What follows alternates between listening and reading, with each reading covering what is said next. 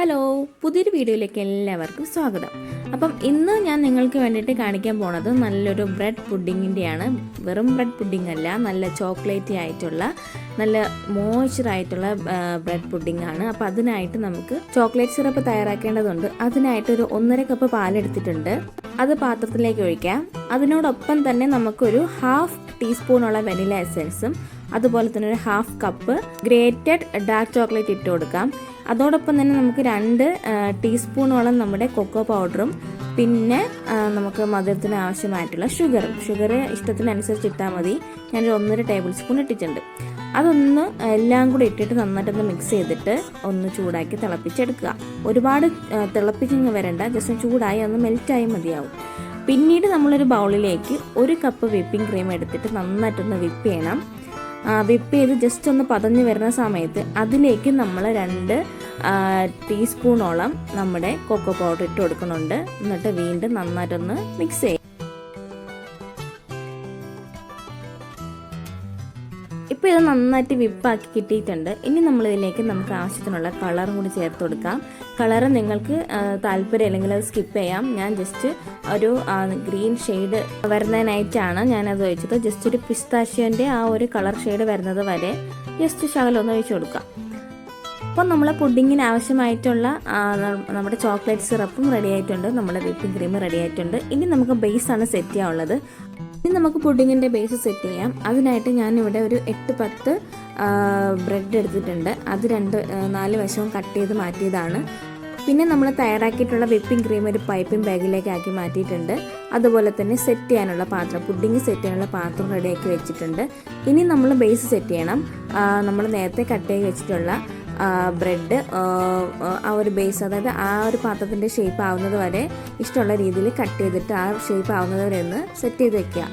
അതിനുശേഷം നമ്മൾ തയ്യാറാക്കിയിട്ടുള്ള നമ്മുടെ ചോക്ലേറ്റിൻ്റെ സിറപ്പ് അത് നന്നായിട്ട് സോക്ക് ആവുന്നത് വരെ അതിൻ്റെ മുകളിലേക്ക് ഇതുപോലെ ഒന്ന് ഒഴിച്ചു കൊടുക്കണം. അതിനുശേഷം നമ്മൾ തയ്യാറാക്കിയിട്ടുള്ള വിപ്പിംഗ് ക്രീമാണ് ഇനി അതിലേക്ക് ചേർക്കാനുള്ളത്. ഇതുപോലെ നിങ്ങളുടെ ഇഷ്ടത്തിന് ഏത് രീതിയിൽ വേണമെങ്കിലും ചേർക്കാം. നോസിൽസ് ഉപയോഗിച്ചിട്ടാകാം, അല്ലെങ്കിൽ നോർമലായിട്ട് ജസ്റ്റ് സ്പാച്ചിൽ കൊണ്ടൊന്ന് സ്പ്രെഡ് ചെയ്ത് കൊടുത്താലും മതിയാവും. അങ്ങനെ എല്ലാ ഭാഗത്തും നമ്മുടെ ക്രീം ഒന്ന് ഫില്ല് ചെയ്യണം.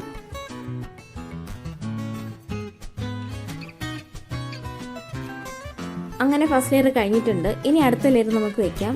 നേരത്തെ ചെയ്തതുപോലെ തന്നെ ബ്രെഡ് വയ്ക്കുക. അത് കഴിഞ്ഞിട്ട് അത് വെച്ചതിന് ശേഷം അതിൻ്റെ മുകളിലേക്ക് നമ്മൾ ചോക്ലേറ്റ് സിറപ്പ് ഒഴിക്കുക. അത് കഴിഞ്ഞതിന് ശേഷം നമ്മൾ നേരത്തെ ചെയ്ത മാതിരി നമ്മുടെ ക്രീമും കൂടി സ്പ്രെഡ് ചെയ്യുക.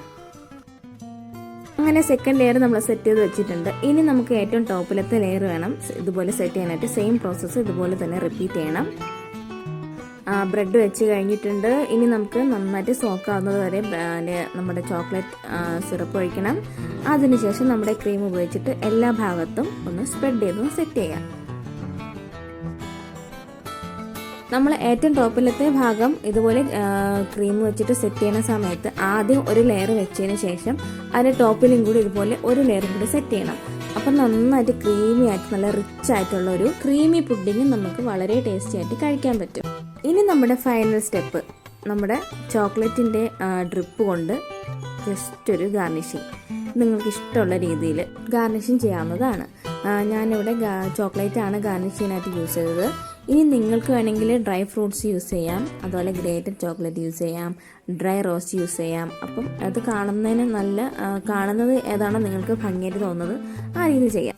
ഇതെല്ലാം ചെയ്തതിന് ശേഷം നമുക്ക് ഇതൊരു 1 മണിക്കൂറെങ്കിലും ഫ്രിഡ്ജിനകത്ത് വയ്ക്കുക. തീരെ കൊതി സഹിക്കാൻ വയ്യെങ്കിൽ ഒരു അരമണിക്കൂർ ഒരു മിനിമം നമ്മൾ വെക്കണം. ചെറിയൊരു തണുപ്പോട് കൂടി കഴിച്ചാൽ മാത്രമേ അതിൻ്റെ ടേസ്റ്റ് നമുക്ക് നന്നായിട്ട് കിട്ടുള്ളൂ.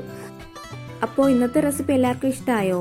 ഉറപ്പായിട്ടും എല്ലാവർക്കും ഇഷ്ടപ്പെടും. പ്രത്യേകിച്ച് കുട്ടികൾക്കും ചോക്ലേറ്റ് ലവേഴ്സിനൊക്കെ ഒരുപാട് ഇഷ്ടപ്പെടുന്ന ഒരു സിമ്പിളായിട്ടുള്ളൊരു ഐറ്റം. നമ്മൾ ബ്രെഡ് കൊണ്ട് ഇത്രയും നല്ലൊരു ഐറ്റം ഉണ്ടാക്കാൻ പറ്റുമെന്ന് ഞാൻ പോലും വിചാരിച്ചില്ല കേട്ടോ. അത്രയ്ക്കും ടേസ്റ്റ് ആയിരുന്നു ഇത് കഴിക്കുന്ന നേരത്ത്. ഉറപ്പായിട്ടും നിങ്ങളെല്ലാവരും വീട്ടിൽ ട്രൈ ചെയ്ത് നോക്കണം. കുട്ടികൾക്കും മുതിർന്നവർക്കും ഗസ്റ്റ് വരുന്നവർക്കൊക്കെ എല്ലാം തയ്യാറാക്കി കൊടുക്കണം. അതിനുശേഷം നിങ്ങൾക്ക് വീഡിയോ കണ്ടിട്ട് ഇഷ്ടപ്പെട്ടെങ്കിൽ നിങ്ങൾ വീഡിയോ ലൈക്ക് ചെയ്യണം. അതുപോലെ തന്നെ നിങ്ങൾക്ക് എന്തെങ്കിലും സജഷൻസോ എന്തെങ്കിലും ക്വസ്റ്റ്യൻസ് എന്തെങ്കിലും ഉണ്ടെങ്കിൽ അത് കമൻറ്റ് ബോക്സിൽ കമൻറ്റ് ചെയ്യണം. പിന്നെ സബ്സ്ക്രൈബ് ചെയ്യാത്തവരെ ആരെങ്കിലും ഉണ്ടെങ്കിൽ പ്ലീസ് ഒന്ന് സബ്സ്ക്രൈബും കൂടെ ചെയ്തേക്കണേ. പിന്നെ പുതിയൊരു റെസിപ്പിയുമായിട്ട് നമുക്ക് അടുത്ത വീഡിയോയിൽ കാണാം. അതുവരെ ബൈ.